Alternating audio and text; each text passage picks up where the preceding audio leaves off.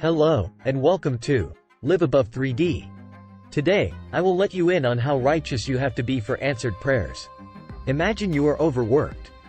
Your supervisor knows this and agrees to give you 2 days of rest, but booked as sick leave, an obvious lie.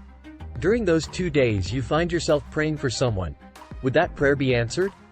1 John chapter 5 verses 14 and 15 tells us that answered prayers is based on one thing: consistency with God's will.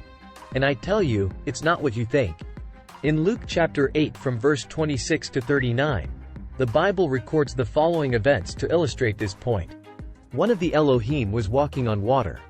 One of his disciples asked him, "If it is you, ask me to come."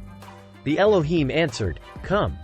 Later, on land, some demons encountered the Elohim and, realizing who he was, asked him not to exact judgment, but rather send them into swine. To which he answered, "Go." Rather than rejoice at the deliverance, the inhabitants asked the Elohim, who was in human form, to leave their city, and he left. As the Elohim, who is called the bright morning star, was leaving the city, the man he had delivered from demon possession asked to follow him, to which the Elohim refused. A disciple, demons and unbelievers all received answers to their request. So much for righteousness.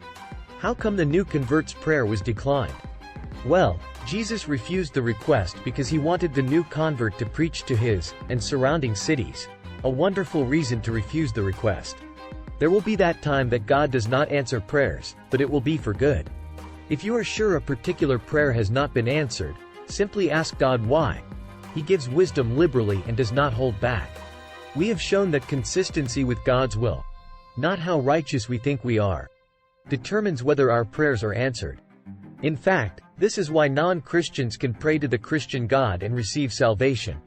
What about James chapter 4 verse 3, which seems to suggest that sinful Christians will not receive answers to their prayers? Notice that it is what the sinful Christians ask for that is amiss.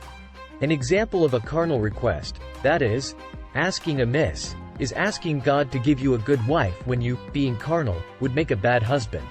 Will God answering your prayer make someone else sad? Rather than ask for a good wife, such a person should ask God to make him good husband material. Once again, consistency with God's will, not how righteous we think we are, determines whether our prayers are answered. In this video we have shown that it is possible for a carnal person to ask a right. By that I mean make a heaven-acceptable request. In our previous video titled, "What's all the fuss about faith, God?" we showed that it is not possible for a carnal person to receive spiritual answers. In our next video titled, "Why so many unanswered prayers, God?"